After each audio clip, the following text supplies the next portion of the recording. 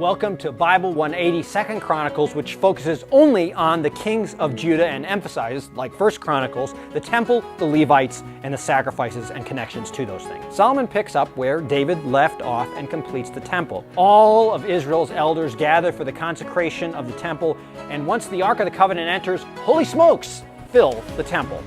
Solomon recognizes that Yahweh has fulfilled his promise to Moses, and the nation rejoices. However, the southern kingdom quickly goes south. Rehoboam is so unfaithful that Yahweh sends Egypt to carry off treasures from his own temple.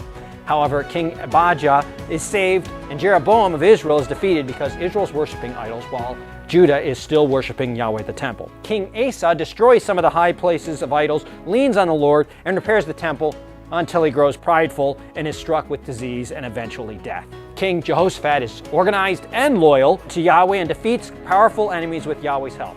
King Joash repairs the temple but later worships at high places and is handed over to his enemies. King Hezekiah purifies the temple, reestablishes a variety of roles within the temple, and celebrates the Passover. Now, the Passover, a high holiday, hadn't been celebrated properly in some years.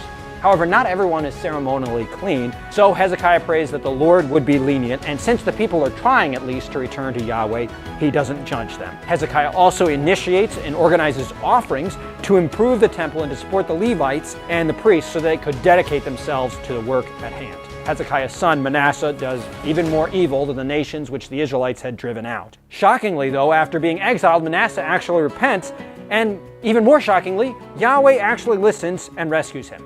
But his son Amon is even worse and is quickly assassinated.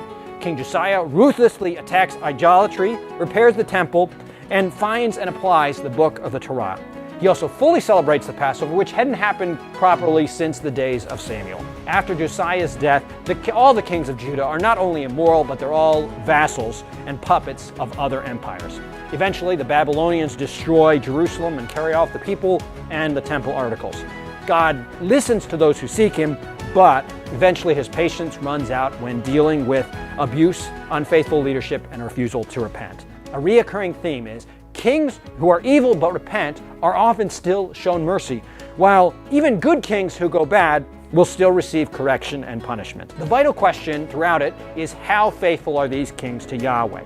The most important leadership for Judah's king is not battle prowess or efficient management, but how they lead the people to follow and worship Yahweh. Jesus will be a king that does not experience a lot of military success, political or material wealth, and yet he is faithful, and the Lord will deliver him from his foes as well.